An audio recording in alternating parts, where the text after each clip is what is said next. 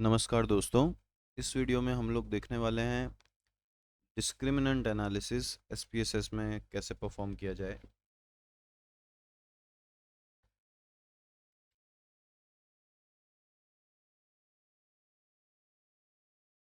तो discriminant analysis use किया जाता है जब आपका डिपेंडेंट वेरिएबल कैटेगरिकल हो। ये कैटेगरिकल बाइनरी हो सकता है, उससे ज़्यादा भी हो सकता है, 3 4।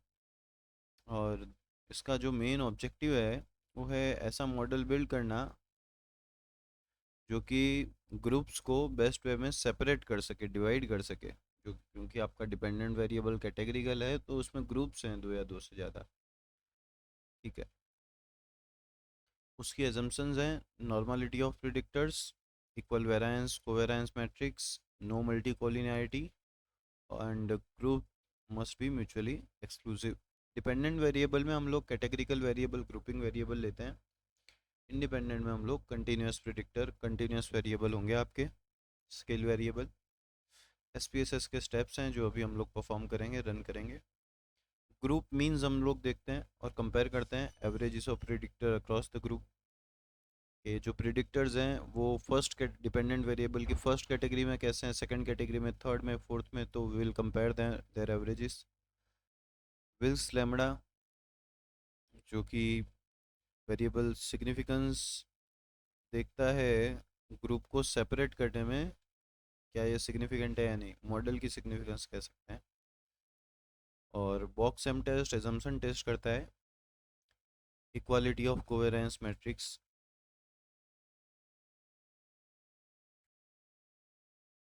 सेंट्रोइड प्लॉट वो हमें ये बताते हैं कि दो ग्रुप्स के बीच में कितना सेपरेशन है, कितना डिफरेंस है। और ठीक है, तो अब हम लोग जाएंगे एसपीएसएस में और रन करेंगे डिस्क्रिमिनेंट एनालिसिस। ठीक है।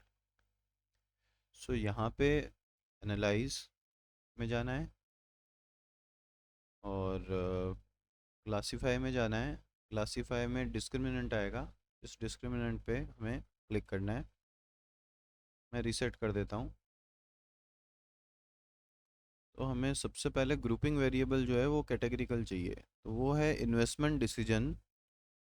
वो रिस्पोंडेंट खुद से ले रहा है या किसी और के कहने पे ले रहा है, उसको हम लोग दे देते हैं।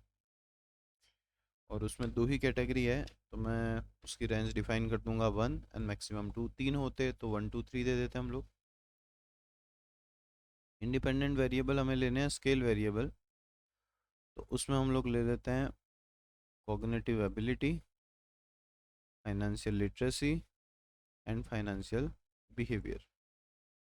स्टेटिस्टिक्स में mean, Box M, Fisher's, univariate ANOVAs, within group correlation, इन सभी को मार्क कर देंगे।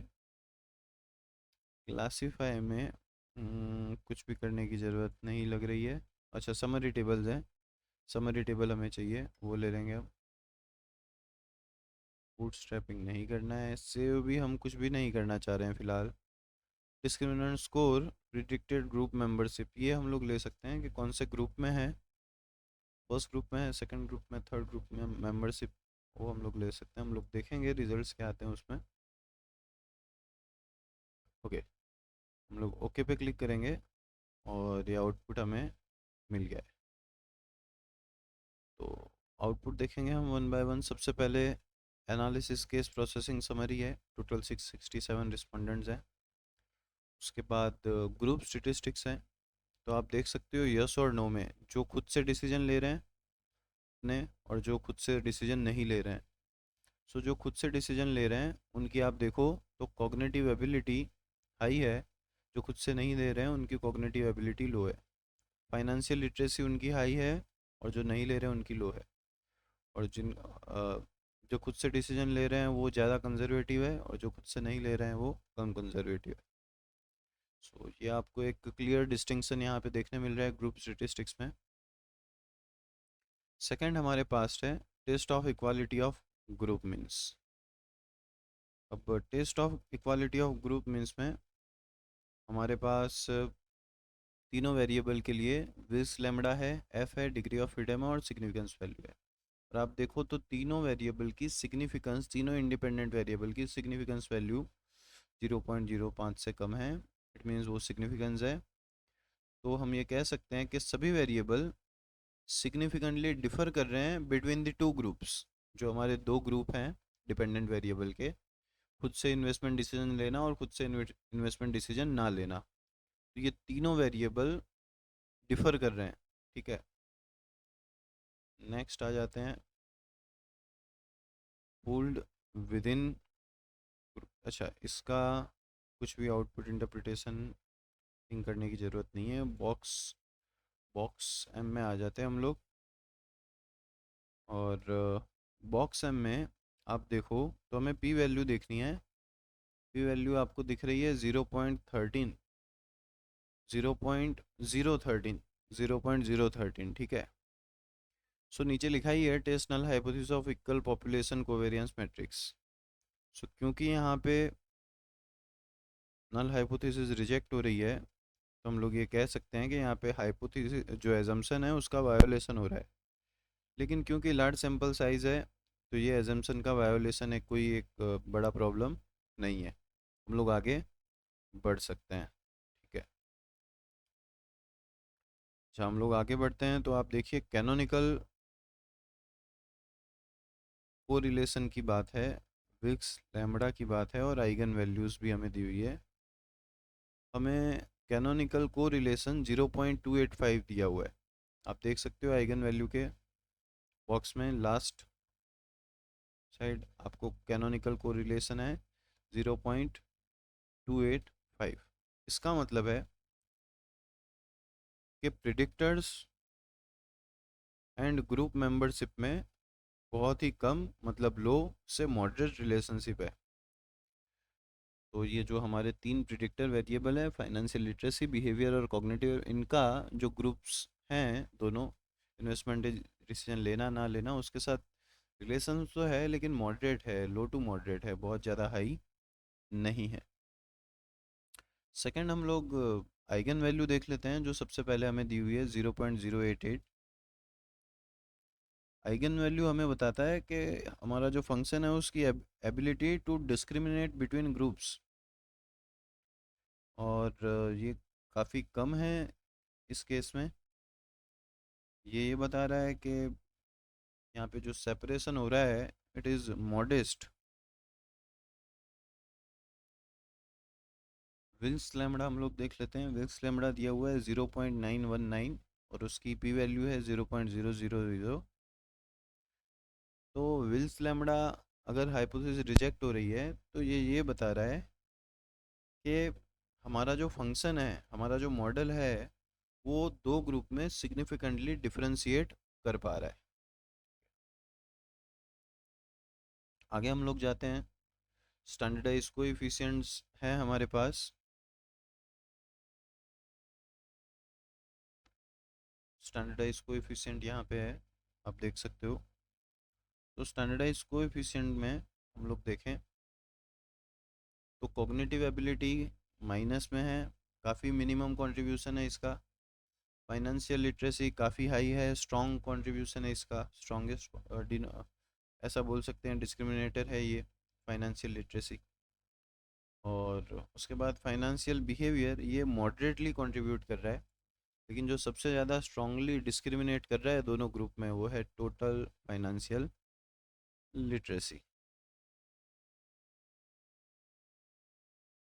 इसका मतलब फाइनेंशियल लिटरेसी जो है वो सबसे स्ट्रांग वेरिएबल है प्रिडिक्ट करने में आउटकम, कि क्या इन्वेस्टमेंट डिसीजन खुद से लिए जा रहे हैं या फिर नहीं लिए जा रहे हैं। और उसके बाद आपको ग्रुप सेंट्रॉइड्स मिल जा रहे हैं, और ये ग्रुप सेंट्रॉइड्स आप देखो तो यस का 0.223 और नो का -0.395 है। तो पॉजिटिव वर्सेस नेगेटिव सेंट्रॉइड्स ये कंफर्म करता है कि जो ग्रुप का सेपरेशन है वो काफ़ी अच्छा है, काफ़ी बेहतर है, जो ग्रुपिंग किया हुआ है इट इज़ क्वाइट गुड। उसके बाद हमें क्लासिफिकेशन रिजल्ट्स मिल रहे हैं। सो क्लासिफिकेशन रिजल्ट्स में कितना करेक्टली क्लासीफाई हम कर पाए हैं, वो ओवरऑल अगर हम लोग देखें यस, यहाँ पे हमें मिल जाएगा यस, यस 297, यस नो 129, 426। सो हमारा एक्चुअल जो करेक्ट क्लासिफिकेशन है वो 65.1% हो पा रहा है ओवरऑल। टोटल परसेंटेज में हमें नीचे दिया हुआ है 69.7% यहाँ पे यस यस है, और नो नो 56.8% यहाँ पे है। इसका हम लोग एवरेज करेंगे, दोनों को कंबाइन करेंगे, तो ओवरऑल जो आएगा it is 65.1% of original group cases correctly classified. इसका मतलब 60, ये जो इसकी जो प्रिडिक्शन पावर है वो कितनी है, 65.1% है, जो कि बेहतर है, मॉडरेट है, और एक्सेप्टेबल है मॉडल प्रिडिक्ट करने में दोनों ग्रुप्स को। ऐसा हम लोग यहाँ पे इस डिस्क्रिमिनेंट एनालिसिस से कह सकते हैं। लेकिन जो हमारा की कंक्लूजन है, की टेक अवे है, वो यही है कि फाइनेंशियल लिटरेसी जो है वो सबसे ज़्यादा स्ट्रॉन्गेस्ट प्रिडिक्टर है कि जो रिस्पोंडेंट है, इन्वेस्टर है, वो खुद से इन्वेस्ट कर रहा है या फिर किसी और के कहने पे कर रहा है, उसकी डिसीजन इंडिपेंडेंट है या नहीं है। जबकि कॉग्निटिव एबिलिटी का प्रिडिक्टिव पावर काफ़ी कम है, और मॉडल की जो हमने बताई कि क्लासिफिकेशन ओवरऑल जो एक्यूरेसी है वो 65.1% है, जो कि प्रिडिक्ट करने में हम लोग सोशल साइंस में यूज़ कर सकते हैं। इस वीडियो में इतना ही, फर्दर डिस्कशन करेंगे नेक्स्ट वीडियो में। Thank you.